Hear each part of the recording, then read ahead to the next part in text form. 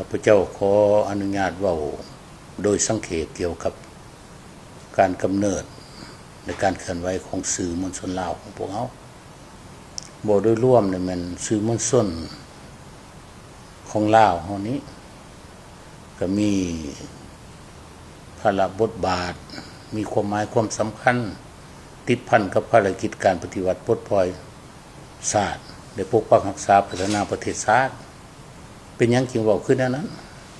ตามข้าพเจ้าได้ค้นคว้าก่อนการปลดปล่อยหรือว่าหลังปลดปล่อยนี้ได้ติดพันกับสื่อมวลชนนี้ซึ่งว่าข้าพเจ้ากับผู้นึงได้ติดพันกับอย่างงานสื่ออดีตก็มันเป็นพนักงานที่วิชาการที่ได้รับการศึกษาค้นคว้าเกี่ยวกับสื่อมวลชนนี่นะโดยเฉพาะแต่ว่าทบทวนประวัติความเป็นมาของสื่อนี่สมัยการต่อสู้ปลดปล่อยชาติก่อนการกำเนิดหรือว่าการสั่งตั้งพรรคสื่อมวลชนลาวเฮามันติดพันแต่เริ่มแรกแต่มีพรรคคันเว้าอย่างนึงแบบหวนคืนข้าพเจ้าชื่อได้ว่านับแต่ปี1934ปี1930มันพรรคคอมมิวนิสต์อินโดจีนได้กำเนิดขึ้นในปี1934นี่พรรคแขนลาวหน่วยพรรคแขนลาวได้เคลื่อนไหวซึ่งเพิ่นเปิดกองประชุมอยู่ระหว่างวันที่6ที่7กันยายน1934อยู่โดนเชียงสู่นครหลวงเวียงจันทน์นั้นเวลานั้นการกำหนดชื่อนี่ถือว่าเพิ่นได้มีนโยบายว่าชื่อของพวกเฮานี่เอิ้นว่ามีพระบทบาทสำคัญในการประกอบส่วนในภารกิจต่อสู้กู้ชาติชื่อเวลานั้นมีแต่ชื่อสิ่งพิมพ์อาจจะเขียนเป็นใบปลิวบ่ใบข่าวแจ้งข่าว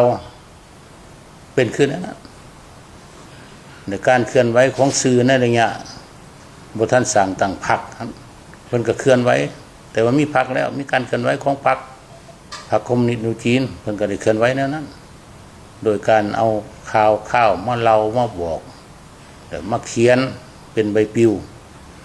จนฮอดระยะการกาเกียมการสร้างตั้งสื่อนี้คือพวกเฮาฮู้นะวันที่13สิงหาคม1950แม่นว่าเพิ่นสร้างตั้งสื่อมวลชนเวลานี้สื่อมวลชนของเราเริ่มขยายกว้างขวางแล้วมีบทบาทมีพระบทบาทสำคัญในการเอิ้นว่าค้นคว้า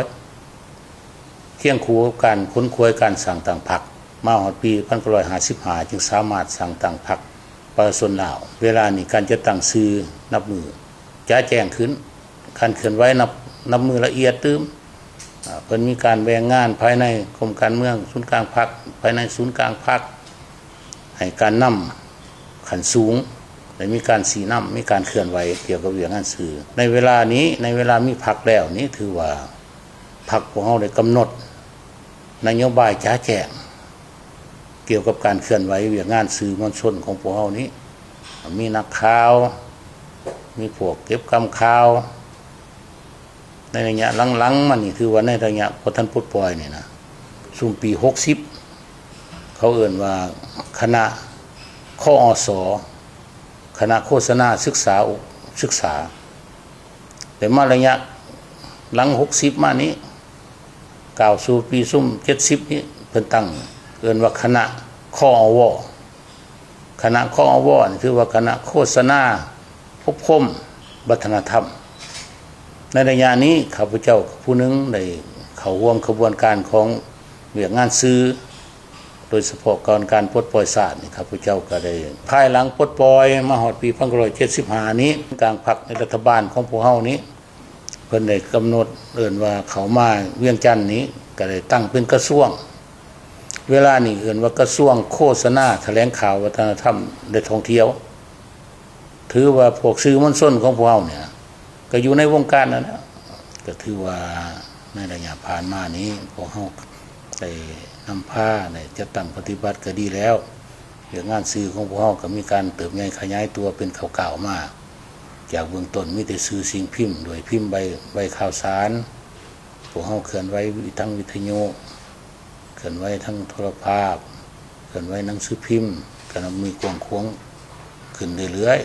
ๆจนกล่าวมาสู่ระยะใหม่ปัจจุบันนี้สื่อสังคมออนไลน์นี่ถือว่ามันกว้างขวางแล้วถ้าว่าพวกเฮาบ่ปรับปรุงเทคนิค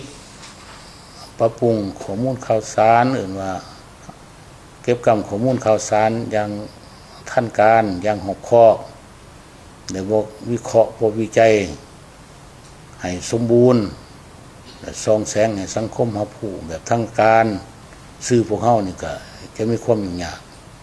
เพราะฉะนั้นเพื่ออย่างให้สื่อนี่มีการขยายตัวคงตัวสนองตอบความมีความต้องการของสังคมนี้ด้านหนึ่งไอ้น้องสื่อมวลชนของพวกเฮานี่จะต้องเป็นเจ้าการตื้มโดยเฉพาะการเฮ็ดเวียกสื่อนี่ต้องรับประกัน4ลักษณะพื้นฐานลักษณะที่1ลักษณะนำพาศึกษาอบรมลักษณะที่2นี่ลักษณะวิทยาศาสตร์หรือเป็นจริงนี้ลักษณะที่3ลักษณะมหาชนและลักษณะสุดท้ายลักษณะต่อสู้ตัวลักษณะต่อสู้มีความสำคัญหลายมันจะต้านในปรากฏการณ์ย่อท้อทุกปรากฏการณ์ย่อคอจะสกัดกั้นทุกอย่างปรากฏการณ์ทุกอย่างที่บ่เพิ่งปรารถนาให้ลดน้อยถอยลงหรือหยุดบ่ให้มันมีอยู่ในสังคมพร้อมกันนั้นข้าพเจ้าก็ขอฝากไปยังการนำภาครัฐบ่ร่วมแล้วเสนอการนำภาครัฐบ่ร่วมบ่เฉพาะการนำของแขวงจำปาสักของพวกเฮาขันแขวงขันเมืองขันหักฐานเฮ็ดแนวใดก็ต้องได้ช่วยว่าช่วยซื้อช่วยนึงนี่ช่วยหาผู้เข้าใจ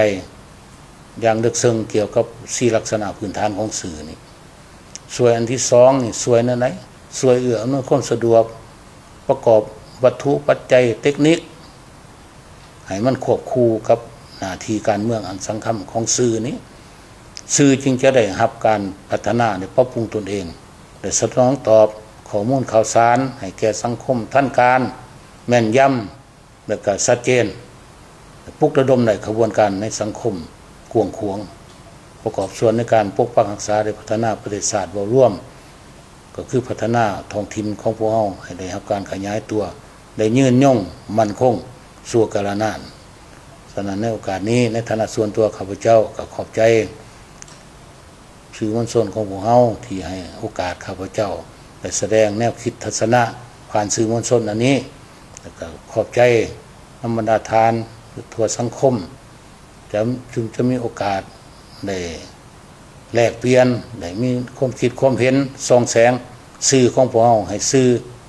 มีความยืนยงคงตัวติดพันกับการพัฒนาท้องถิ่นของพวกเฮาตลอดไป